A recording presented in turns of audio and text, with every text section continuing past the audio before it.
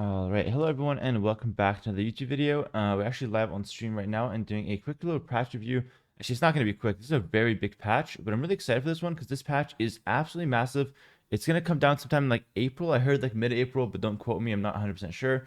And it's looking amazing. So I've seen some teasers for it, some information about it, and it looks absolutely incredible. I'm going to go ahead and review the entire patch, go through everything that's relevant with you guys right now, give you guys my thoughts about it, and then when it comes to like the gameplay changes and the balance changes, I'm going to tell you guys what I think will be the new meta, what I'm excited to explore, and where I think this takes us within the game. So let's go ahead and hop right in, and we're going to do a quick no, that's not quick. I don't know why I keep saying that. We're going to do the little patch review. Let's go ahead and start with just scrolling down to the important part. There's a lot of stuff that is like relevant but not worth reviewing. So for example, they just fixed a bunch of issues, which is great. A lot of these issues, when they come up for you, they suck. You hate hearing about them, but they're not really relevant to review, at least not for me. All right, next up we got the graphics. Okay, a couple more issues. Yeah, there we go. Audio, a couple more issues. UI, nice. Settings. Okay, some return to Rome stuff. So yeah, nothing too crazy there. Game visual improvements. Oh, this is the good stuff.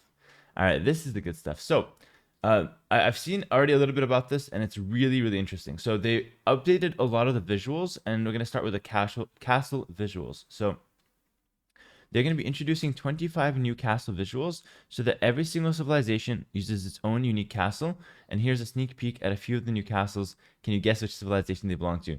This is absolutely incredible, both for casual players and for competitive players in tournaments. This is really good. For casual players, it adds a little bit of immersion. It adds a little bit of uniqueness to every civilization. You have a unique unit and you have a unique castle now, which is very good, very spot on. And then for pro play, when there's two different civilizations on the field and there's a castle war, it's always going to be two different castles, which feels good, feels easy to follow, and easy to understand what's going on. Sometimes when you had like Teutons or Scots, both castles look the same, it felt a bit awkward, two different civs with the same castle didn't really fit. Now every civ will have its own castle, its own unique unit, and its own wonder. Spectacular. I absolutely love this change. And we can do a little bit of the game, like trying to guess. I think this one is probably Chinese, I guess, or something like that. Japanese, Chinese, something like that. Some Asian. Maybe this one as well. Maybe this one's Japanese, actually. Or maybe this one's Chinese. I really have no idea. I'm bad at this. This one might be the Malians, and maybe this one the Italians. But I don't know. I'm not really good at guessing, but they look great. And if you have 25 new ones, it's going to be phenomenal. Then they did something similar with unique unit visuals. So every elite unit, unique unit, now uses a different visual compared to its non-upgraded counterpart. So Teutonic Knight, helmet crests, samurai banners, or janissary hats, you have more style. I love it. This is great for two reasons, guys. Number one, same reason as the castles, extra uniqueness, something special, something different, something nice. It's great. Love it. They look more epic. It's great just from a casual perspective, but it's also good for a competitive perspective. Why? Because you had no way to know if your opponent got the elite version of their unit as a watcher or as a player before. You had to click the unit. And now you don't have to click the unit. You just see that it got upgraded because it looks different, which is very consistent with every other unit in the game. Like Cavalier Paladin, they look different. Now, unique units will have the same treatment, and I absolutely love it. And honestly, some of the designs are sick. I mean, take a look at these units. Like, wow. They just look so much more badass. And they did something similar. I've already seen this. They did something similar with some of the other units, but they got like a downgrade instead. So this is the current version. It will be the elite version. And then they give them like a more basic looking version for the non-elite version. So same idea, is just that these guys got a downgrade, so to speak, whereas these units got an upgrade. And I think they have a bunch of other units that got the same treatment. It's just not all shown here. All right. Next up, we got regional monk and monastery visuals. So something similar, exactly the same, but for the monks. So introducing 6 monk visuals that have been distributed to the relevant civilizations. Now convert siege engines and elephants by showcasing the best clothing attire religion has to offer. Fair enough. And they added a pagan priest as a scenario editor unit. Okay. And this is cool. They also added a new conversion animation for monks. The previous animation is now used for healing exclusively. This is good. It adds more clarity to what the monks are doing, which is really important when there's a group of monks and you don't know who's converting and who's healing. Now you'd have a better picture of that, which is good. And take a look at the skins. I mean, these are just absolutely epic. And regional monks is something that has been requested and asked for years now. I'm pretty sure there's already a mod in the game that has regional monks. Now it became an official feature. My favorite is this red guy. Like, I can't stop looking at him. He looks like an absolute badass. Like, what is this? Gandalf staff? He looks so sick. I love this guy. But like this one also looks really cool. You know, a bunch of this one, the Mezzo one. I think this one is in the base game, the Mezzo one. Um, but yeah, I think yeah, like the original game. I mean, I think all of these look absolutely sick. I'm so excited for these changes, really. And then they introduced 3 new monastery visuals for Byzantines, Ethiopians, and shamanistic civilizations. What the hell is that? Are those Mesocivs? Maybe those are Mesocivs. Fair enough. I like this. I think this is pretty good. I don't know why only for 3 though. Like that feels weird that only 3 new ones got, or 3 civilizations got new monasteries, but it's new stuff, so I'm a fan of it. Okay. Oh, this is nice. Animation attack synchronization. This is really important. Attack animations are now synced up with the actual attacks of the units for better visual fidelity and gameplay readability. This is really important because beforehand you didn't have your attack synced up with your sound, and this was very evident with the battering rams. Like battering rams would hit, and then like 2 seconds later the sound happens, and it's just like really off-putting. So this is a huge fix. And then they introduced new idle combat animations for villagers, spearman line cameos. Good stuff. So they just tried to make the game a little bit more lively, which is nice. All right, good. Yeah, visual look of the game will be changed and not impact gameplay, which is nice. I like this. Good changes. Combat and idle animation updates. So introduced a second set of attack animations for a large number of infantry and some other units, which will be randomly played in alternance with the existing attack animation. This is good. This should make fighting a lot more lively if they have 2 different animations to attack. So it's not like you're always attacking in the same way. Sometimes you attack like this, sometimes you'll stab or whatnot. I think that's really cool. I think that makes animation and like combat way more exciting to watch. So I'm a huge fan of that. Really good changes so far, like 10 out of 10, seriously. Technology tree update. Okay. So they introduced new color keys for regional units, regional buildings, and unique buildings in the technology tree to better highlight their importance. Fair enough. I like this. Yep. Different colors, very easy to see what's what. Regional unit, regional building, and unique building. And then they reorganized the technology tree layout for better readability and more efficient use of space, removing regional units not available for the civilization. This is a great change. And honestly, like this is one of those changes that I didn't know I needed, but now that it's here, I'm like, oh wow, it's so obvious. Like it's great that we have this, you know? Because it didn't make sense before that you saw like, okay, your civ didn't have eagles. And it looked like it was a huge hole in the tech tree, but the reality is it's not supposed to be for your civ. It's just for 3 civs, you know? So now you only see what you're actually missing and not just a regional, unit that doesn't belong to your civ anyway. So this is really cool. Yeah, this is perfect. Going to be very helpful for beginner players as well. Consistent wording. So they updated wording throughout the entire game to be more consistent and more accurate. Civilization bonuses and technologies will now better describe what their effects are. Introduced consistent unit family terms to unit descriptions to emphasize what upgrades they benefit from and communicate their unique traits better. And then they also updated the unit card to better separate the unit description from the upgrades list, the latter being italicized and displayed in gray color, like that. This is perfect. No, this is great because I swear every like month there's a Reddit thread asking about what the hell longer lasting resources means. Or like someone just doesn't know how to upgrade the Conquistador or doesn't know how to upgrade the Ballista Elephant.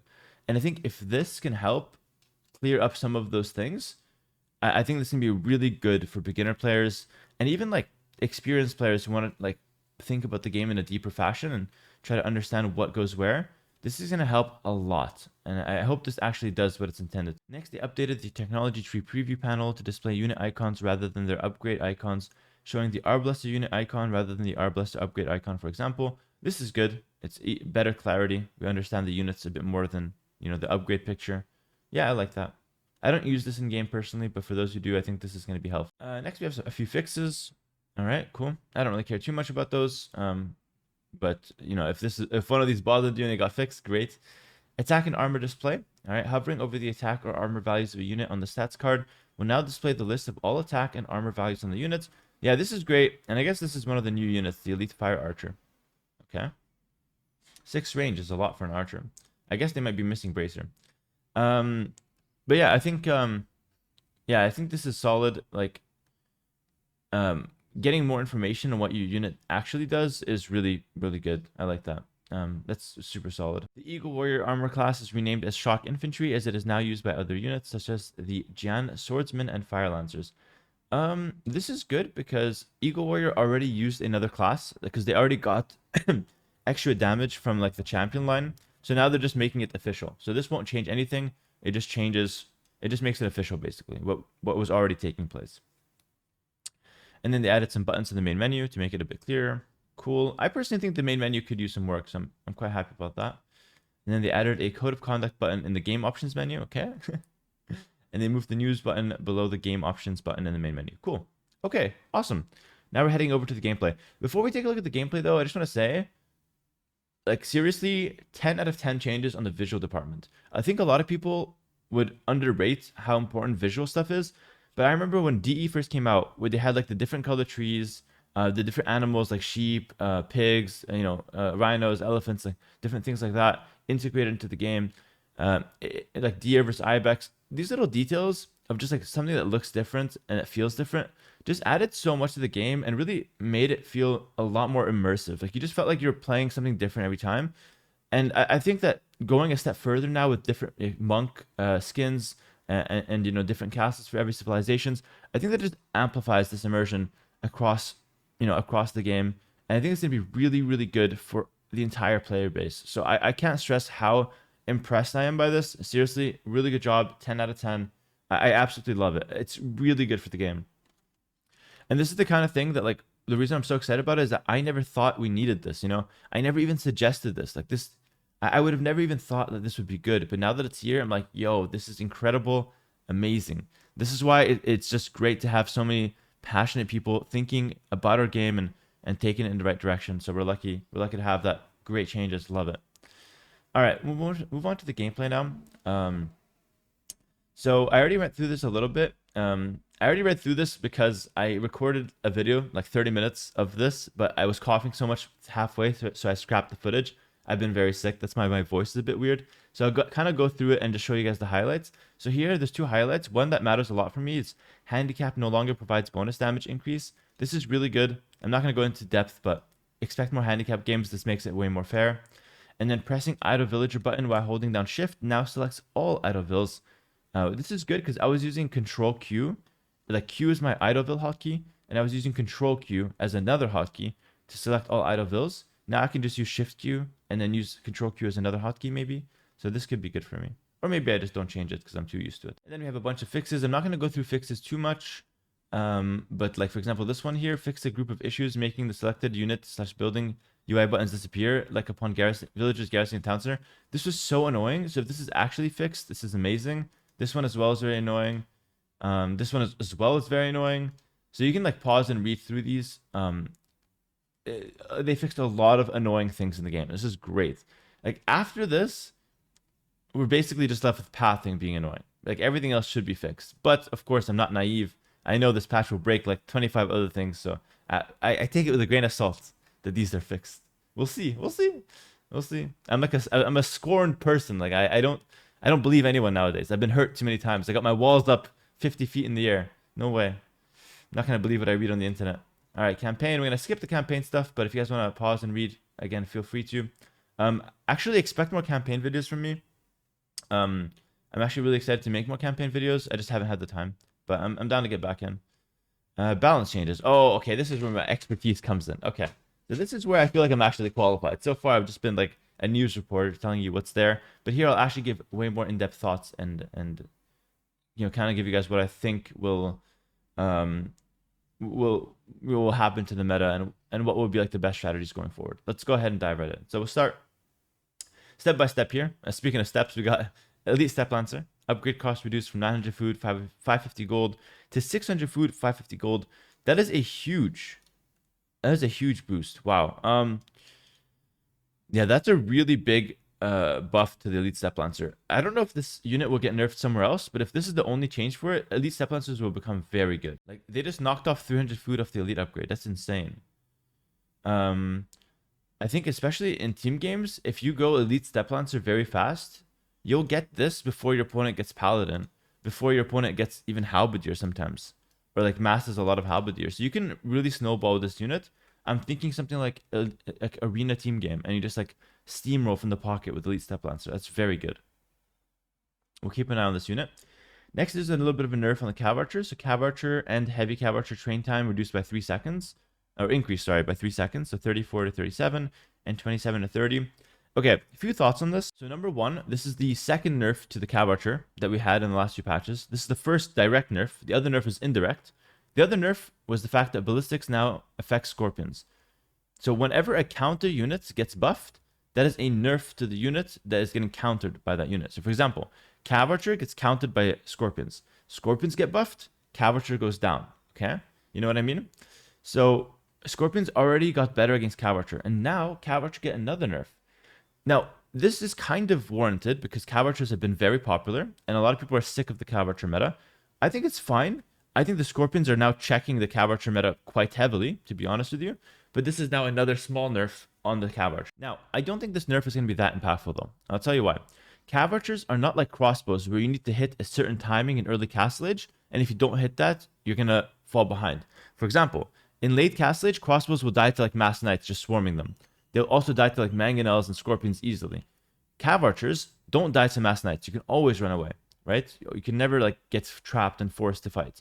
Against Scorpions and Mangonels, you get soft countered, meaning you can't beat them, but you can always run away from them. You can never get trapped by them. With crossbows, you can run away, but it's a bit harder. Okay? So because they're now taking a little bit longer to produce, I don't think this matters for the early Castle Age. You're not going to need to like jump in and attack right away, but this will hurt a little bit trying to get your CA mass up. So it's just going to be like, you're going to be like 2 minutes slower to get to like 25, 30 CA. So it's a small nerf, and I don't think it matters too much, but you know, it's going to hurt CA play slightly. Next up, Elite Elephant Archer cost changed from 80 food, 70 gold to 60 food and 80 gold, and this is for Elite and regular version. Okay. So they made it cost more gold and less food. This is a buff because overall it costs 10 less resources. And let me just tell you that the extra gold cost does not matter. Reason number one being, in team games, which is where you see this unit, you have infinite gold via trade, okay? So the fact that the unit costs less overall is 100% a buff. In 1v1s, you're not gonna worry about the 10 gold extra cost if you're able to actually get to the unit. So now it's easier to get to the unit because it's cheaper on food and cheaper overall. So the extra gold will hardly matter. This is only a nerf to the hyper late game in 1v1. Everything else, it's a buff for the unit. So fair enough. I don't agree with this change personally. I think that Elephant Archer will be a bit too easy to mass, and it's already very hard to deal with, to be honest with you. Like some civs straight up don't have an answer to Elite Elephant Archer. Like for example, like Vikings. Like what do Vikings do? Like they have onagers, I guess, and skirms, but like those units die to like light cav. You know what I mean? It's very awkward. So I don't know. Elite Elephant Archer. We'll keep an eye on that guy. He might be very strong. Okay, transport ship garrison capacity increased from 5 to 20, and careening and dry dock no longer improve transport ship garrison capacity. This is incredible. This is incredible. This is so good because beforehand, water maps were such a pain to play because you only had 5 like transport ship garrison capacity, and no one's paying money to get extra transport ship capacity. That's only something you can afford in late game. So if you wanted to get these upgrades for your ships, fine. And then you get this as a bonus. But if you just want to transport, you couldn't afford these, right? It's not worth it. So now you're able to transport 20 one shot, which is way better. This makes maps like Migration way more dynamic because you can make a big play to the center with one transport ship, bring over like 15 villas and 5 knights, and swarm the center. Before, if you just control the middle with like 2 monks, your opponent can only transport 5 units. He brings like 5 villas, you convert 2, boom, done. the whole transport play is dead. And going back and forth transporting stuff is very tedious, right? So getting it to be 20 from the start is going to make water maps a lot more dynamic, and I'm so happy about this change. It also impacts like mid-game, sending 20 knights over. We're going to see plays like that where you make 1 transport ship and send 20 knights over. Before, you had to make like 3 transport ships or get careening with 2 to bring 20 or 15 knights over, right? Which is so expensive, you know? And not only it's expensive, but it takes longer. It's easy to spot 3 transport ships moving. Now it's 1 transport ship. You don't need any upgrades. You can sneak 20 knights. And now your opponent doesn't know if you have 1 knight or 20 knights in the transport ship, which is very cool. I absolutely love this. Trade cart base movement speed increased from 1 to 1.25, and trade cog base movement speed increased from 1.32 to 1.65. But caravan effect is reduced from trade units plus 50% to trade units plus 20% movement speed. So they just made non-caravan trade units a bit better and nerfed caravan to make it balance. I think overall the effect is completely unchanged. But now you can trade a bit more without caravan. So trading in feudal age is maybe viable now, for example. So this is interesting. Siege tower conversion distance reduced to 0.5 tiles, same as RAM. Okay. So now you can't convert the siege tower from far away. That makes sense. And then buildings garrisoned with villagers no longer fire fewer arrows after researching range attack upgrades. Oh, wow. Okay, that's going to take too long to explain, but this is a good change. Basically, before, if you sent 4 vills forward, without fletching, 4 vills in a tower shot 5 extra arrows. But after you got fletching, it only shoots 4 extra arrows when you have 4 vills inside. And it's to do with how much attack you're adding with every vill. It's very complicated. Tato explained it to me, and it made sense. I can explain it now, but it's like a 2-minute explanation. But yeah, just know that this is good. And if you know what it is, maybe make a comment and explain it there. Mangonels now deal -1 damage to monks. I don't know what this is making. Oh, I think this is... Oh, I know why. I know why. Because sometimes, if you get Sanctity, a Mangonel shooting a direct shot on the monk sometimes killed the monk. Sometimes. And that's not supposed to be the case. That's unintended behavior. So this is making it so Mangonels never kill Sanctity monks in 1 hit, which is the intended behavior. So this is good. Yeah, there we go. Yeah, okay, nice. I guessed it. Wow, I didn't even read that. Good. Wow, we're not done. Infantry update. Oh, hold on. This is the meat and potatoes, guys. This is the main course. Okay, I've been pushing for infantry changes for like 2 years now, and I know I'm not the only one. Like, people on Reddit, people on Discords, people on Twitch chat, on YouTube comments have been complaining and begging, basically, for infantry to receive something substantial. And the dev team tried. They brought us supplies, they brought us gambesons, they brought us a bunch of things. But I've always said, you give us gambesons, we have to pay for it. It's like if you see a homeless guy on the street, which is the infantry, who's struggling. He's so down bad, right? Everything's moving past him in society, and he's still stuck there, homeless, barely has food, has no money. And then you come to him, you're like, I will change your life. Give me $100, and I'll give you food, I'll give you shelter, I'll give you everything. And the guy's like, I don't have $100. That's what Gambesons was. It was a buff to infantry. They had no money. They couldn't buy it. They're struggling. So I hope, I haven't read this yet, I hope we give them stuff for free. Take the homeless guy, give him some money, don't ask anything from him, and just put him back on his feet. That's what I want to see for infantry. Let's go ahead and take a look.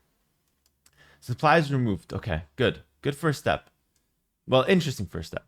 Militia line cost reduced from 60 food, 20 gold to 50 food, 20 gold. Okay, so infantry in general became cheaper. You don't need to research supplies. I like that. That makes militia play in Dark Age much better. Men at Arms, Longswordsman, Two-Handed Swordsman, and Champion base movement speed increased from 0.9 to 0.96. I love this. Militia unchanged. So militia is unchanged only if you upgrade them. Excellent change. Wow. Excellent change. It makes it so militia in Dark Age can barely outrun a vill. Barely. All right? Or maybe even they can barely outrun a vill. So like how it is now. So you're not like gunning down vills and chasing them down. But men at arms in feudal age now move the same speed as archers. And that's way faster than a villager. Not way faster, but decently faster than a villager. So you can chase down villagers with a bit more ease, and you can at least, walk towards an archer and maybe hit him, which is good. This is also an indirect buff to Celts, because now Celts go way faster. 200 swordsman. Upgrade cost reduced from 300 food, 100 gold to 200 food, 100 gold. Wow, it's so cheap now. And research time reduced from 60 seconds to 45 seconds. HP increased from 60 to 65. Wow, this is what I'm talking about, guys. This is an infantry buff. That is good stuff. 200 swordsman will be easy to get into now. And this makes sense because it's not meant to be like a post-imp unit. You know what I mean? It's never meant to be this this crazy unit that you go into and it's your late game. It's just meant to be like, you're going for an infantry play. And it's not even fully upgraded yet. I like it. Champion. Upgrade cost reduced from 750 food to 350 gold. Or from this to 650 food and 350 gold. So 100 less food, okay? And the research time is from 85 seconds to 70 seconds. And attack increase from 13 to 14. This is very fitting because it now can destroy Hussar with a bit more ease. Before, I swear to God, champions were like kind of dying to like Hussar and some backline. Like champions were just getting clapped. Now, they can at least, beat Hussar consistently. And this is a huge buff to the infantry. Like all this together is a huge buff to infantry. They're cheaper, but what's interesting is that they're actually not cheaper in late game, which is actually good. Like this is such a good change. They're a bit cheaper early game because you don't get supplies early game, but they're more expensive late game because they now cost an extra 5 food. This is a great change. I think Armenian champions could become broken. Goth could become really strong with this as well. Certain infantry civs could, maybe Romans get stronger. We'll see. Yeah, very interesting changes. I think this is going to bring infantry back to the meta. I think this will make men at arms a lot more viable because currently how it works, one archer can beat infinite men at arms. As long as you can have space to run back or to chase them, you can literally beat infinite men at arms. So in a real game scenario, 3 men at arms come, one archer wins. And then the guy has a scout, you make 1 spear. Spear protects the archer from scout, archer kills 3 men at arms. Simple, done deal. Now, the men at arms move the same speed as the archer. So the archer can either stand his ground, hit, and then take damage and die, or the archer can run away. And the men at arms can force onto villagers, which is how the game is meant to be. It's not meant to be like 3 men at arms can't hit an archer. Like that's not how the game should be. So this is great. Moving on. Arson moved to feudal age and cost reduced from 150 food and 50 gold to 75 food and 25 gold. Ooh. Oh, that's nasty. Oh, that's nasty. I can already envision like Roman men at arms going arson and feudal age, Dravidian men at arm all in, going arson and feudal age at a discount. This is gonna be really freaking good. Nah, this is really good. This will be Bulgarians, 3 men at arm instantly, maybe like 5 men at arm with arson right away. I think we're about to enter a stage where infantry is gonna be a real threat. Honestly, like there will be so many more strategies with infantry that you actually have to respect for once in years. And I'm so excited about that. And this is great. This is crazy because these changes not only make infantry better late game, but they also make infantry better early game. And I think it's not better enough to where you'll see infantry every game as well. Like, I really don't think we're going to see infantry every game. But I think like the infantry civs will be able to actually go infantry and be scary. Eagle Scout train time in feudal age reduced from 60 seconds to 50 seconds. Oh, this is really good. Eagle Scouts were like very, very weak because of how long they took to make. But now you can mass them up easily. I like this. This goes perfectly with my build order, which is the double barrack eagle, the meso build order, and my other build order, which is the 1 range, 1 barrack meso build order. Both those meso build orders involve eagles and feudal. This will be a huge buff for them. You can find those build orders on my Patreon or in my Discord if you're a Twitch subscriber. So either Patreon sub or Twitch sub in Discord. Enjoy. And as well as a lot of other things as well. I have to say it. Okay. Now we go to what's interesting. Very interesting. I just want to say before we get into the rest, this, fantastic. 10 out of 10. This stuff is also pretty solid. Next. Aztecs. Okay. So this is the Civ specific changes. So elite and regular Jaguar Warrior. Elite and regular Jag Warrior. So attack increased from 10 to 15. The non-elite and the elite from 12 to 19. I've heard about this. 15 in Castle Age is crazy. That's ridiculous. That's like 2 more than the lightest, and I have a problem with the lightest at 13. Okay. Bonus damage was infantry reduced from 10 to 5. And elite is 11 to 6. So they made it an overall better unit. It's not like an anti-infantry. Now it's a bit anti-infantry, but it's just good in all melee combat now. And they also now gain +1 attack when defeating a military unit up to maximum 4 attack. Cool. I mean, I like this, but I think it's way too strong. Like, I don't think they had to go this crazy with the numbers. Because now what you can do is you can get 19 plus 8 from blacksmith upgrades and Garland Wars, unique tech.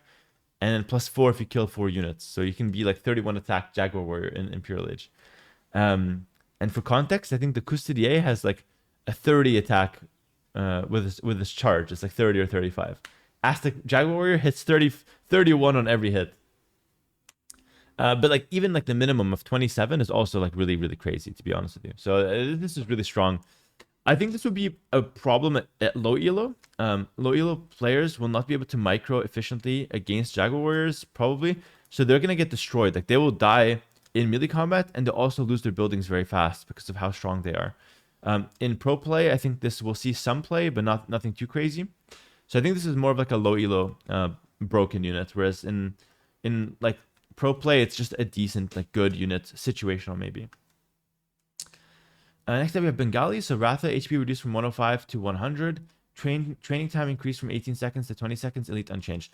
Okay, I have a very interesting change that I will pitch to you guys here. I've already suggested it to the balance crew. And people thought it was interesting, but it's a big change, so it probably takes a lot of testing before implemented. I think Rathas, because the problem with Ratha right now is that they're too strong in early castage, which is why we see like the Phosphor rush with them, but they're a bit too weak in Imperial Age. They die to like Halb Skirm very, very well. And they're strong in Imp, but they're not like that insane. I think what you could do is you can make Ratha have 0/0 armor base, which makes them very weak early on in the Castle Age. But to buff them in the late game, you make it so they benefit from both archer armor and cavalry armor upgrades. So this would be really cool that you can decide between which upgrades you want to get, archer armor or cav armor. Both impact the units in the same way. So you can get like one armor of archer, one armor of cav. And in late game, you can benefit from all of the upgrades of archer and cav, making them super tanky. It's a very weird idea, but I think it would be a really good change for the Ratha and very unique to the unit. It also makes them like really hard to upgrade, but really strong in imp. So I think you can balance the HP as well to make that like balanced. But I like that change. I think it's really cool. And I propose it as a change. Let me know what you guys think in the comments. I'm not like obsessed with the idea. I'm not sure if it's going to be perfect, but it sounds like it'll be a good one. Next up, Bulgarians, dismounted Conic. Armor increased from 2-1 to 2-2. That's it. That's all Bulgarians got. Like, I know they got the infantry buffs, but like, bro, that's it. The Civ is struggling. I mean, I guess it's fine. Like, we'll see where they stand. The infantry buff is going to be good. I mean, I guess it's fine. We'll see. Yeah, maybe they will be strong with the infantry buff. I mean, yeah, maybe they will be strong. Let's give them some time. I think the Civ getting free meta arm could be like interesting, so we'll see. Burgundians, Flemish militia can now be trained at the barracks starting in feudal age. Cost changed from 50 food, 15 gold to 30 food, 30 gold. New stats: 45 HP, 5 attack, 1/1 armor, +6 versus cav, +4 versus camel. So it's basically like a different kind of spearman. Stronger in Castle Age, stronger in Imp. Now has spearman armor class. I don't like this. It's like a cheap version of the sergeant. It doesn't feel like it's part of the Burgundian identity. I don't know. I have to test this to really see, but this does not excite me at all. Like, my opinion, they should just change the concept of Flemish militia. Like, I don't think it fits Burgundians at all. I don't know. Like, if anything, I think it would be interesting to let them make it from the town center. From, like, feudal age. So you can make, like, your town center can become a military production building at the cost of, like, not making villagers. I think that would be way more interesting than making it from the barracks. So, I don't know. This doesn't excite me. I think I wasn't a fan of Flemish Revolution. I'm not a fan of this. I think they still need to go back to the drawing board on this. But we'll see. I have to test it first to be sure. That's my initial thoughts. Those are my initial thoughts. Next, we have Celts. Elite Woad Raider. So cost increased from 65 food, 25 gold to 70 food, 25 gold. Base movement speed decreased. Okay. It's a nerf. Elite Woad Raider base attack increased from 14 to 15. I don't know if I like that. Infantry movement speed, civilization bonus adjusted from 15% faster. Oh, okay, that makes sense. Okay, to 5, 10, 15, 20. Okay, that makes sense. So they're just adjusting the speed of the Woad Raider to match like the 20% faster in Imperial Age. Okay, that makes sense. This is good. Yeah, this is good. So now your militia. Oh, you get a Dark Age boost in Feudal Age now. Sorry, in Dark Age. That's good. That's something T90 was pushing for a lot. It was unjustly removed from the Celts. Yeah, this is nice. Small Dark Age boost, a little bit more in Feudal, a good amount in Castle Age, and a lot in Imperial Age. That's really good. I love this. Oh, excellent changes. And the Woad Raider makes sense. They just changed it up a little bit. But one thing I'm a bit critical of, like in general, I'm not really a fan of like everything getting more attack. That's gonna make the game very snowbally, I feel. But we'll see. Like, I'm a bit skeptical about that. Chinese. So the Chinese are now listed as an archer and gunpowder civilization and are receiving a massive update to their units and bonuses. Okay, wow. So Chinese new units gain access to Fire Lancer, gain access to rocket carts, gain access to Lu Chuans. Wow. And gain access to dragon ships. Okay. Unique upgrade to fire ships. Civilization bonus. New civilization bonus. Fire Lancers and fire ships move 5 plus 5 plus and 10% faster in Castle and Imperial Age. And demolition ships gain plus 50% HP. That bonus has been removed. Okay. Okay. Elite Chukunu, attack increase from 8 to 10. Upgrade cost increase from this to that. Okay, so they're now probably a stronger unit, but more expensive to upgrade. And rocketry cost changed from this to that, so it's now costing food. Why are the numbers so weird? I think it's because of the Chinese discount. So they now cost food instead of wood, and gold is a bit more as well. And the effect changed from Chukunu +2 attack and Scorpions +4 attack to Scorpions, Rocket Carts, and Luchuan's +25% attack, and Luchuan's Fire Rockets. I don't even know what I'm reading right now. This sounds like I'm reading freaking AOE4. Like, what is this?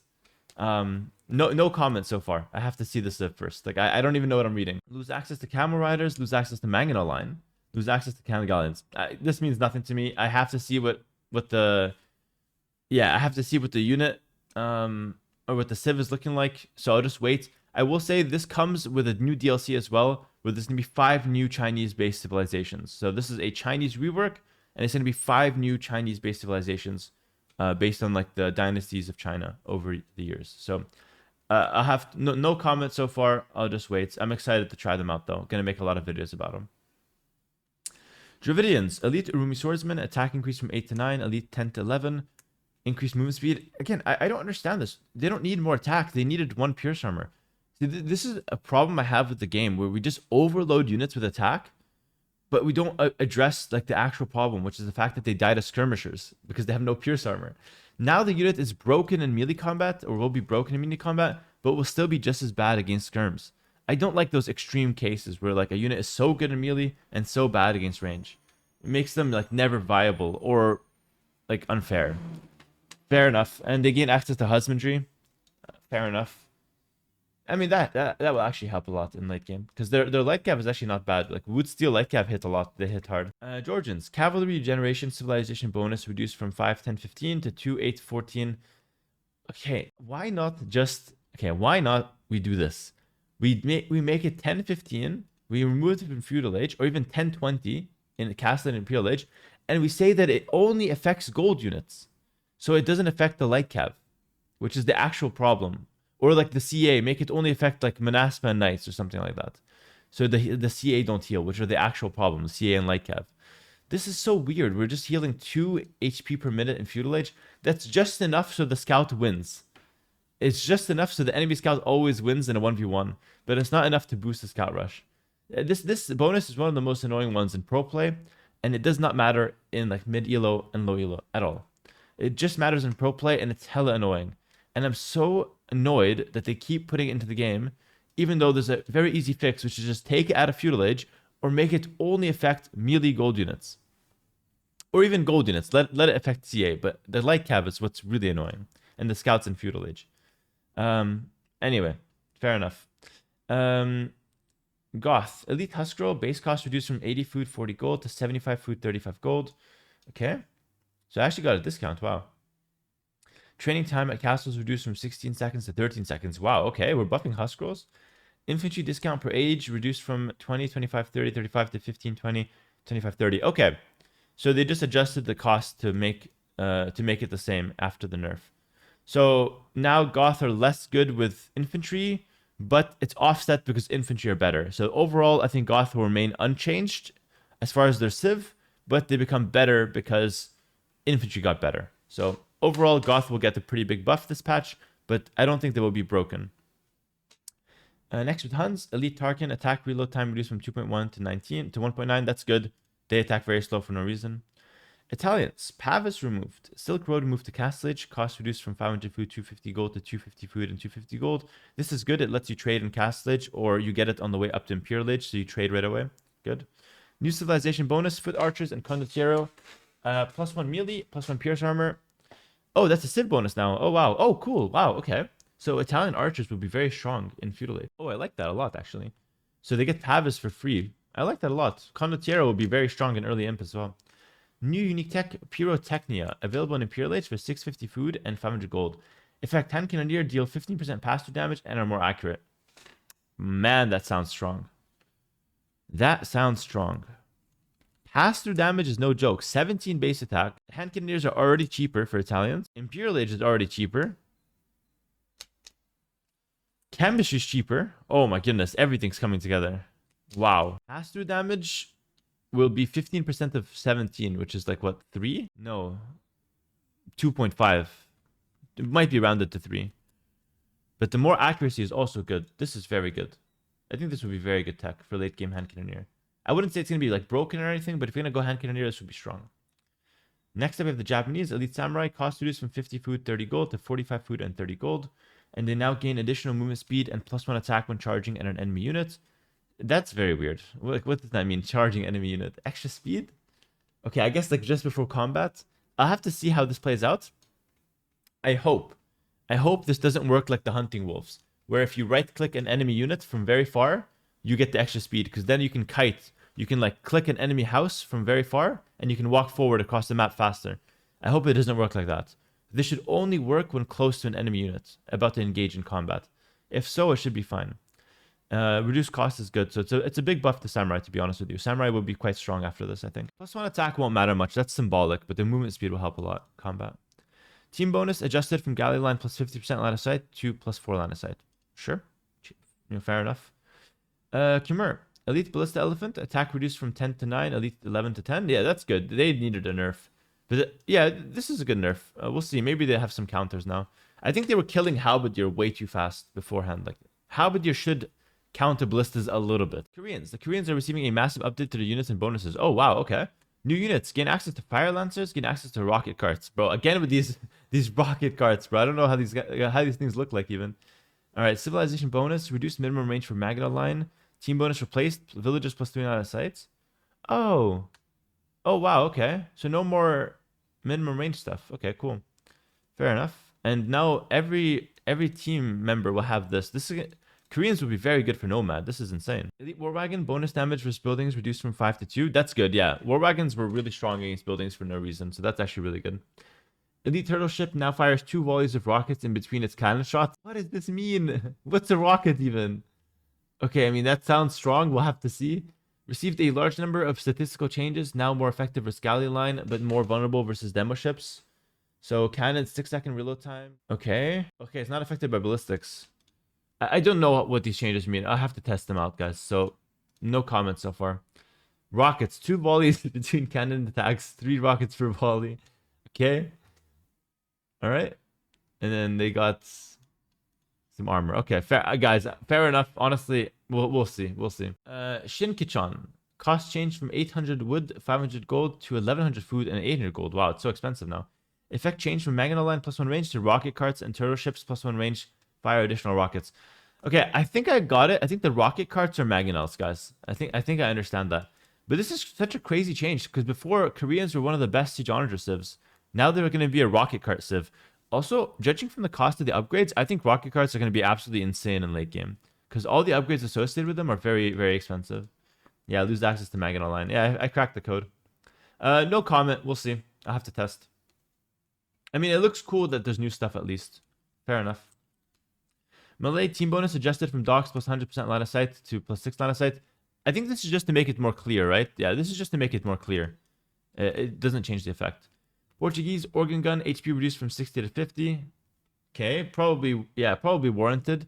But now Mangonels will counter them very hard. And I guess, Knights have more of a chance to kill them.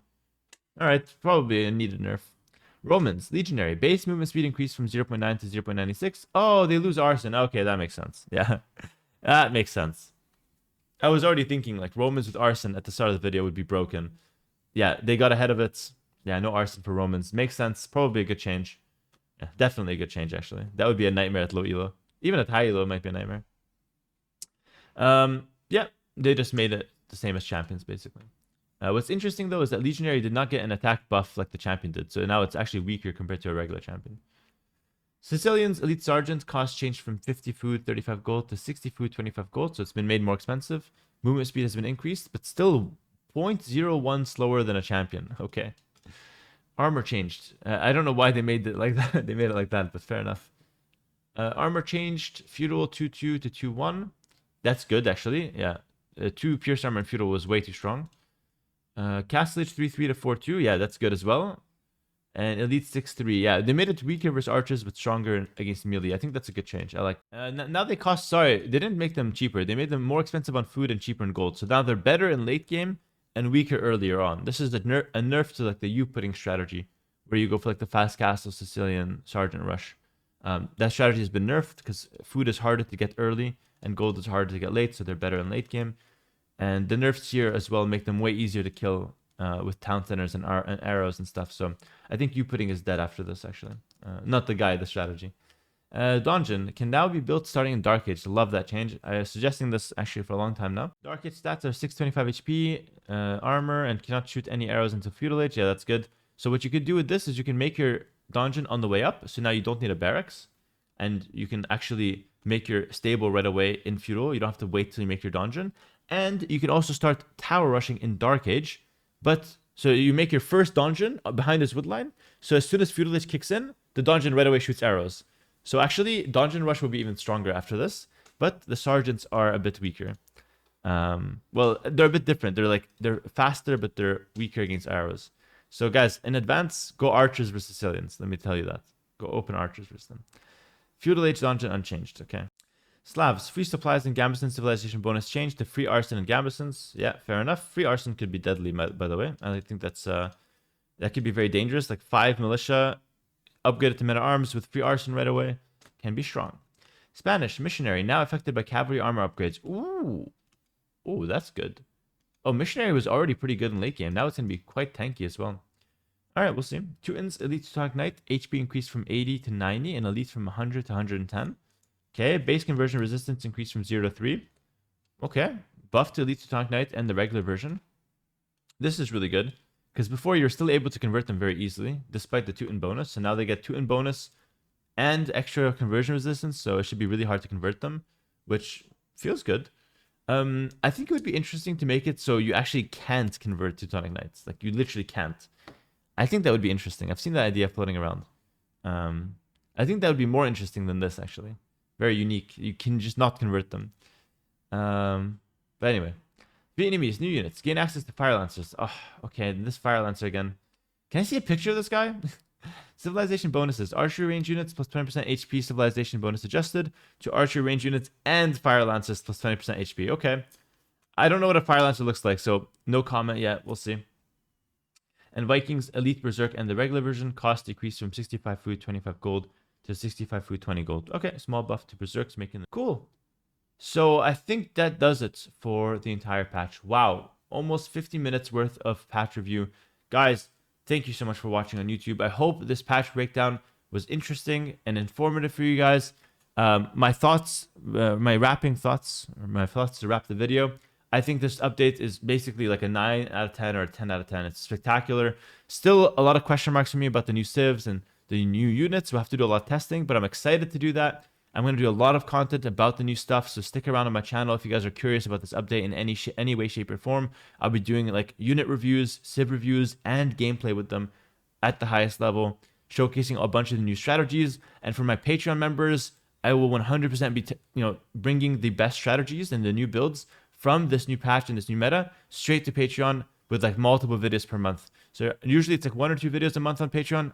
Expect multiple with this new patch. I'll be working very hard to bring you guys the best content possible on all platforms that I use. And yeah, that's pretty much it. I'm excited. I think it's a good change, and it's gonna really shake up the meta. And I will say, with the tournament coming up, the next tournament using this patch will be my hardest test yet as a player. I have to figure out this new patch, figure out the new units, the new civs, and then play them at the highest level and try to beat everyone else who's going to be doing the exact same thing. This would be a very hard test for me. It'll be the hardest tournament I've played in years. But I'm excited for the challenge, and I love this patch overall. I think it's great. I'm mostly excited for the visual changes. I think those are my favorite part about the patch, which is surprising. Usually I care about the balance and stuff, but for me, the visual changes just stole the show on this one. And yeah, that's pretty much it. Those are my thoughts. Thank you so much for watching. Make sure to like, comment, subscribe if you guys did enjoy. And let me know your thoughts in the comments below about this patch, and if you guys agree or disagree with me on any of my thoughts and opinions.